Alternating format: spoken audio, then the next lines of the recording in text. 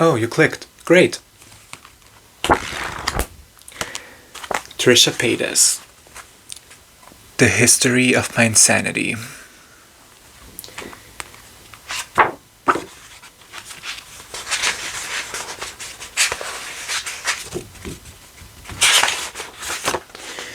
Chapter 1. The Birth of a Legend. So maybe a legend is a bit of a stretch. After all, what exactly have I done in my 24 years of existence? I would say I'm working on my plan to waste my entire life. But, alas, this is not true either. I want to make something of myself. Leave a mark on this world. I've already posed naked, so now it's time to strip back and give you the history of my insanity. How do these things start? Wow, I haven't read a book since I dropped out of college. No, that's a lie. I read those 50 Shades books. By the way, this is me writing this. No ghostwriter, no recording device. It's a Friday night, and I'm all alone. So I thought, why not just crank out my autobiography tonight? Yes, I'm motivated like that. I digress.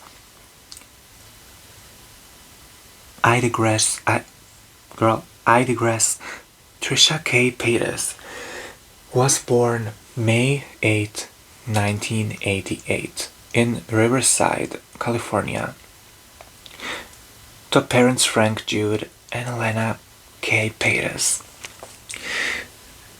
She had a pleasant childhood, a middle-class upbringing with stable parents, a happy heart until she turned 3 years old, when her life plummeted. Okay, too morbid, too self-deprecating. Well, this book is all about Trish, my feelings, and how I perceive things. Should I give away the ending? No. Just keep reading. My parents divorced when I was 3 years old. I can't give details because anyone with divorced parents knows there are 500 sides to every story. My dad will say my mom cheated, and my mom will say my dad refused to move back to Illinois.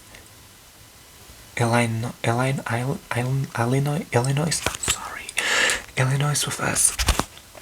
Correct me.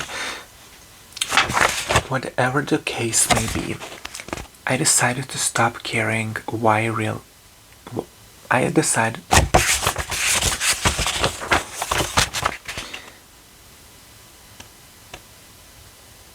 and my mom will say my dad refused to move back to Illinois with us.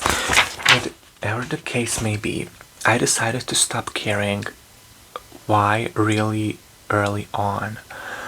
I advise anyone with divorced parents to do the same. It's not worth the fights and getting upset. You will love both your parents regardless. No point in trying to figure out who was the evil one, who broke up the happy home. So at 3 years old, my mom moved my brother. What? So at 3 years old, my mom moved my brother, Nick, and me back to Illinois, and I have to assume my father was okay with it. At the time they moved with us, as there are laws for taking children out of the state, blah blah blah. He said he couldn't find work back there, and so he moved back to California with us. Herein lies the beginning of my abandonment issues. Dad, if you're reading this, I don't blame you. Well, at least not anymore. I held grudges against my dad for many years. More on this later. Both my brother and I have been to therapy regarding feeling abandoned by your father, but let's just be clear. Our mother was no saint either. I suppose we're all a little hard on our parents, but I'm pretty sure my mental illnesses developed after birth as part of nurture over nature. Seeing as I can't remember much before my 5 years of age, let's fast forward. My dad is in California, while my brother, mother, and I are in Illinois. Northern Illinois is where my mother had grown up and where her family was at the time. It was at this time my mom met my first stepfather, her third husband, and second baby daddy. Are you confused yet? I sure was. Am. Something. The only good thing I can say about this. Sorry. The only good thing I can say about this man is that he gave my family and me our little sister Callie. I love Callie more than anything now, but at the time I remember resenting her. I think I resented her for about 18 years. Ding ding ding. The second theme of this book, English majors, is resentment. One abundant issues, and now we have two. Resentment. Let's keep going, shall we? I made faces at her in her crib, and growing up I made her play second fiddle to me. It was also at this time, when I was 5, that I remember developing my love for entertaining and acting, or as my mom referred to it, lying. I will make up crazy stories to tell my mom about finding Native American ghosts in our backyard, or about me discovering I was a witch and had magical spells. My mom put liquid dish soap in my mouth for every lie I told. I told a lot. My imagination was wild. I never had any friends. All through elementary school, before I was in the first grade, we had already moved from one hillbilly town to the next. It was hard for me to make friends. Nobody wanted to play with me, so I played by myself. In later years at elementary school, I made up stories about my father because kids made fun of me for not having him around. I would say he was a super rich producer in Los Angeles, or a spy, or anything that would make them like me. I also said I had a twin sister, Trixie, who lived with him. I would tell kids he had a stage in his house for when I came over and he'd buy me whatever I wanted, which he actually did. Neither my father nor my mother was rich for the first half of my life, but they sure made it seem that way. My mom took us shopping and out to eat and to the movies on the weekend. My mom... What? Girl, that's confused me so bad. And out to eat and to the movies on the weekend. And my dad flew back to see us once a month. There we go. When my dad took me shopping, he bought me everything I wanted. My greatest trick was at the toy store. I would say, Dad, I can't decide if I should get this doll or this doll. And he'd tell me to get both. Oh, do we have another issue to add to Trisha's list of problems? Why, yes, we do. Shopping addiction and attachment. It made me happy instantly and fixed any doubts or problems I had with my father. My mom got so furious with all the toys we brought home. She said he was doing it because he felt guilty for leaving me. If I make people feel guilty, I get things. Awesome! A wonderful life lesson taught by my mother. My first stepfather was in and out of our house and his relationship with my mom. I recall my brother, Nick, calling the cops on him for getting physical with my mother. I remember my mother saying awful things about him. Long story short, he had an affair with my mom's sister. I think that was pretty much the end of that. Cut to Trish, age 10. Enter middle school. This book is so ADHD and I love it. Enter middle school, enter stepdad... Sorry, again. Cut to Trish, age 10. Enter middle school, enter stepdad number 2. Only a few months after the official split from stepdad number 1, stepdad 2 was a mess. He was old with no teeth. Later in life, I asked my mother why this guy. Her answer about him, as well as all the other men she'd married, was financial reasons. It's a sad truth. I don't judge her. I appreciate her honesty. All sarcasm aside, it did teach me a really important life lesson early on, which was to make my own money and rely on no one else. A concept I understood but couldn't carry out. Period, girl. Get your own money. Don't depend on a man. This was a time when I thought of my father as the hero. I imagined that one day I would move to California and live the life of a child star, with my dad buying me everything I wanted. Did she just mention that her dad bought her everything she wanted? Well, yes, honey, everything I wanted, and I would just live my dreams of performing. Every Easter, summer, and Christmas, I flew to California with Nick and relived every child's fantasy every day. We went to amusement parks every week, rode in limousines to look at Christmas lights, ate fast food and donuts all the time, and went shopping at toy stores whenever we wanted. My dad spoiled us, but all the while he was working on his startup company for 19 hours a day and living off credit cards.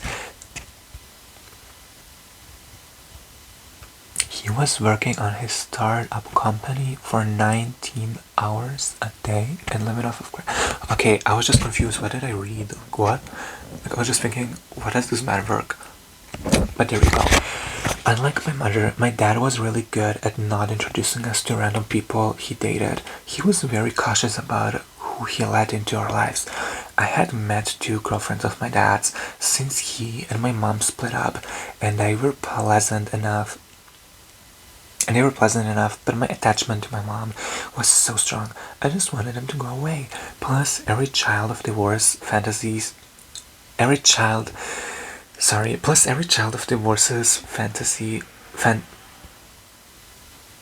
fantasizes fantasy is that their parents will get back together. So having a possible threat come in was no bueno. The last one he dated was very nice to us, at first, especially me. While my brother and father would go play golf, she'd take me shopping and do girly things. I appreciated this so much, because I was super spoiled. Same. And did not want to do anything that was not fun for me. Of course, with each step-parent who came into the picture, keep in mind, each parent was interrogating me for any wrongdoing by the opposite step-parent. The competition to be the better parent or have an advantage over the other started very early on. So Trisha's pretty happy, right? I'm getting spoiled with toys, eating all the food I want, whenever I want, and flying to California for vacations 3 times a year. Sure, here are some issues, but my mental health is still pretty intact. I'm not seeing objects that don't exist. Not yet. 12 minutes. Should I read chapter 2? Well, you stayed, so I need a few more watch hours to get monetized, so you as well watch this. Okay, chapter 2, Junior High Hell. Kids are cruel, everyone gets bullied, and everyone gets made fun of. Junior high consisted of 3 magical years of being tormented as the insecure Trish. My insecurities began in the 6th grade gym class. We had swimming as part of the curriculum. I remember walking out in my one-piecer and everyone snorting, making big noises. I was so confused. I wasn't sure why they were doing this. My weight wasn't an issue in my mind at the time. I was about 5 feet tall, and I distinctly remember weighing 100 pounds even. I didn't think that it was that big. I didn't really grasp the concept of the word fat at that time. I was so unsure of the piggy noises. It didn't bother me until later that week when this kid, we'll call him D, asked our homeroom teacher why is Trish allowed in the classroom? She's too fat and she should be with the pigs outside. Oh, that's so fucked up. Whoever you are, D, I hope you see this, because Trisha is famous and you're not, and that's on period. I remember feeling the sting of this as my teacher sort of gasped and paused at what he said, and the other children laughed. I knew it was embarrassing, but again, I didn't understand. Why me? I wasn't the skinniest girl, but I was far from the fattest. We are talking the Midwest here. I mean, half of the kids in my class were definitely 2 times my size. You know what's funny? Like, when I was 12, I was like, I'm so fat, I can't do sport. And that's literally how I was not doing PE class. And I'm I'm really, really skinny. Like literally, I have a natural liposuction. Like, I eat anything I want and I don't gain weight. Where was I? I wasn't the skinniest girl, but I was far from the fattest. We are talking the Midwest here. I mean, half of the kids in my class were definitely 2 times my size. This went on all through the sixth grade. D and his friend would say stuff about my rolls, then about my hairy legs and my hairy lip. In gym class, I was the last one picked. At this point, I was still fighting for acceptance. My mom would take me shopping at Limited 2, where all the popular girls shopped, and my dad even paid for a limo to take me to the lip sync contest at our Halloween carnival. When word spread my dad was renting me a limousine for the event, a couple of girls agreed to be in my lip sync group where I was Britney Spears and they were my backups. It was fun and I felt like a star because I knew I was a good entertainer. It all felt good until the following Monday at school. Everyone started saying how gross I was in my red latex jumpsuit, and girls in the 8th grade made fun of me on the bus for being a terrible dancer. And most of them just classified me as too weird to talk to. I think between the limos, my big hair, and my random trips to California, people in the small town were afraid. People feared the unknown, and I was about unknown as they came. No one ever heard of a girl taking off class to go to a book signing in LA or to go to an acting class in Hollywood.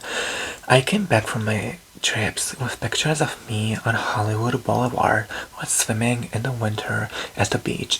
It made the parents talk, and in turn, it made the kids talk. It didn't help either that my relatives lived in the same town. My mom has always had issues. My mom has always had issues with her sisters. I think they were always jealous of my mother. My aunts were heavy and my mom was always skinny. My mom actually got out of the small town for a while. When she married my dad, I think they thought of her as a black sheep, which in turn made my siblings and me black sheep. Of course, my cousins caught on the drama and didn't make things any easier for me at school. For some reasons, my brother was always able to make friends very easily. I don't know if it was because he was more reserved and didn't push people's buttons the way I did, but I just was never able to make friends. 7th grade came and went new fat jokes. Some old kids, Britney Spears, had really hit at that. What am I even reading now? What?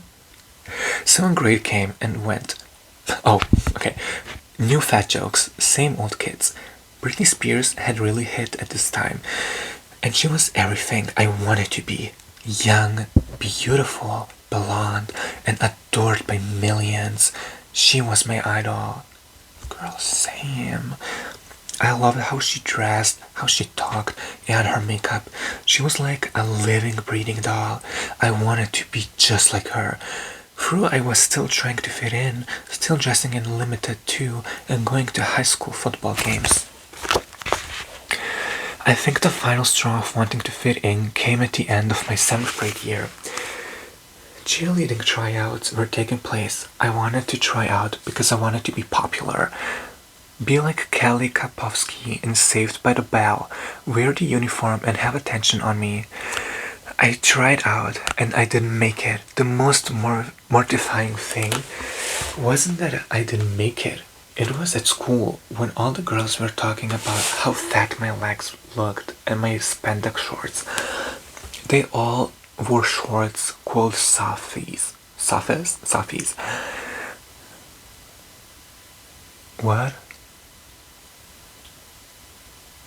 Called softies, but I wore spandex because the softies rode up on me. It mortified me to the point that I had my dad's friend, who was a doctor, write me a note to get out of gym class for a month.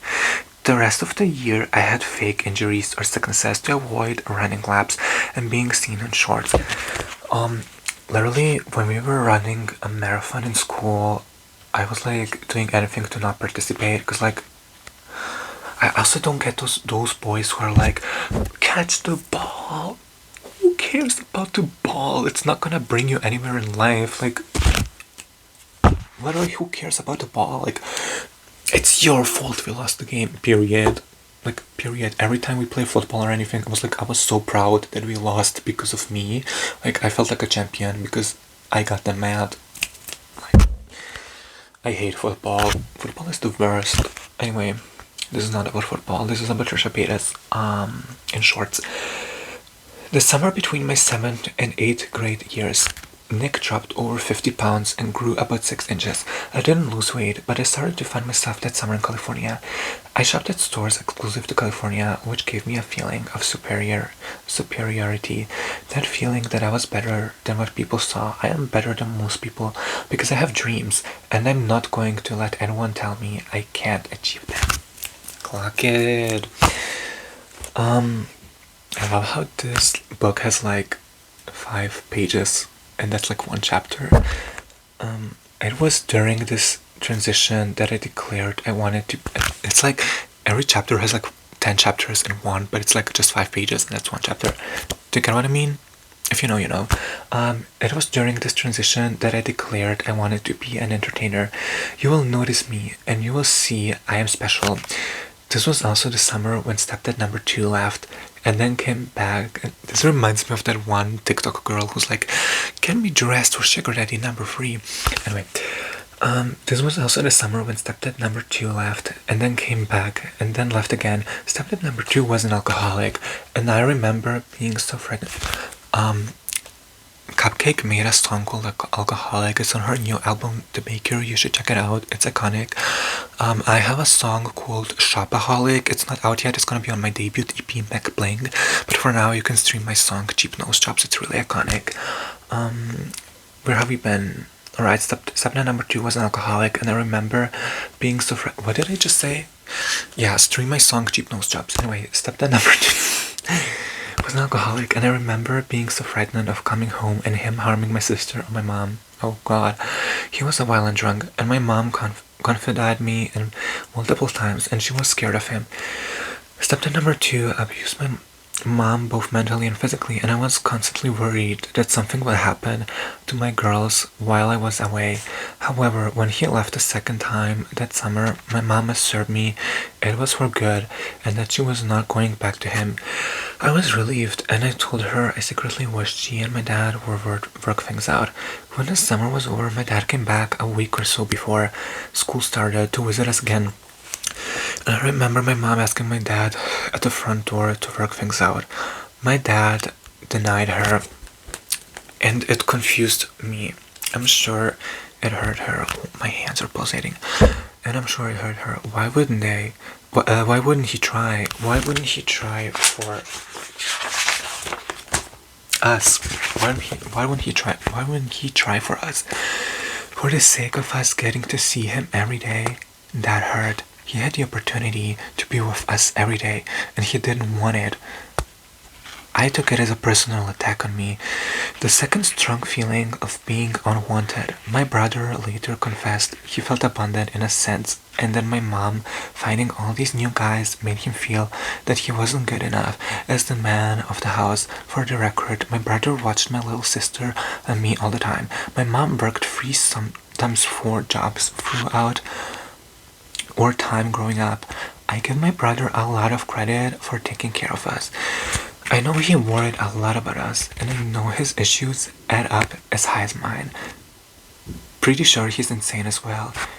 He just has a way of masking it better than I do. I love you, Nick. 8th grade was upon me. This was the year of Sex Bomb Trish. I wore heavy eyeliner, cheetah print pants, different color hair, and my mom's water bras. I wanted attention. I was going to get it. My mom was back with stepdad number 2 after my dad's rejection, and my dad had his girlfriend, who was obviously more important than us kids in Illinois. My brother, do you say Alliance or Illinois? I don't know. My brother had, correct me in the comments, and also write something on the algorithm so I can be the next superstar and blow up with this channel. Thank you. It was performing It was getting attention. Well, no, my brother had sports and my sister had her dad within miles of her. Oh, relax. Where Trish's spot? I need water. Where Trish's spot in this world? Where was Trish's spot in this world? It wasn't cheerleading or sports. It was performing. It was getting attention. Lies, perhaps. I told stories of being an extra in movies, like The Big Green and The Home Alone 2. I told stories of getting plastic surgery and meeting celebrities. I have to say my knack for meeting my idols always impressed. I can't breathe. Always did impress me. Girl, I'm about to collapse. I need water. The previous summer, I had convinced my dad to take me to Las Vegas. Oh, my foot. Oh my god. Y'all, I'm not gonna show you my feet, but I need to move. Like, oh, this hurts so bad. Where was I? Meeting celebrities. Blah blah blah. Donny Osmond, mission accomplished. I had about 10 copies of that picture of Donny Osmond and me, and she met him in Las Vegas, yeah. And I put them inside my pencil case in my locker and all my notebooks. I think it's a lie I told about how I'd met Donny was that my mom had dated him. I can't really recall, but the truth was my dad splurged for 2 meet and greet passes. Just me and my dad. I tried out for the school play and got the lead role, a character named Dutch. I think the play was called Sam Spade and the Shrew. I had all the lines, and even for kids still snickered about the way I looked and dressed. I remember one popular girl, we'll call her Z, commented at the end of her school performance, "Trish was absolutely amazing." It tickled me so much. People were nice to me when the school play was happening, and they saw me in a different light. I like the attention. I like people liking me for doing something impressive. I also like the attention my water bras were getting me, not from the boys in my grade, but from my teachers. My male teachers always gave me hugs in the mornings. Even my gym teacher hugged me, and I was terrible at the gym. I actually started wearing double bras, and pretty soon I didn't have to do homework. I got extra credit for staying in during recess and helping clean boards and all of that fun stuff. Female teachers were a different story. I had one female guidance counselor who literally laughed in my face when I told her I wanted to move to LA to pursue entertainment. She told me that wasn't a job nobody made. Sorry, y'all. Reading this is so like, you know. Okay, calm down my nervous system.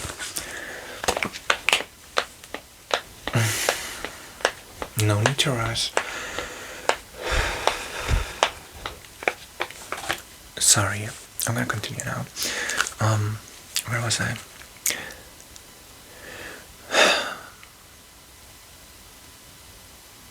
Pretty soon I didn't have to do homework because she flirted with the teachers or something like that. She didn't flirt, but like, you know, I thought she thought so she didn't have to do homework, period. I got extra credit for that. Reminded me at that time where I was like in school and like that one boy was like, "Can I go to the toilet?" The teacher was like, "No, you can't." I was like, "Can I go to the toilet, please?" He was like, "Yes." And the boy got so mad. I'm like, period. Because I was the nice one in class. Anyway, back to Trisha. I had one female guidance counselor who literally laughed in my face. When I told her I wanted to move to LA to pursue entertainment. She told me that wasn't a job and nobody made money from doing that. You got to love small-minded America. Don't let anyone tell you that you can't make it, because this video is gonna have over 100,000 views and probably even more. So yeah, this is probably my I made it moment, or like one of them. Just keep watching so I get monetized. I hope you enjoyed the book, by the way. Do you like my lip gloss? I think you can't even see it. I thought I'm gonna go full makeup for this video, but like, I'm a natural beauty.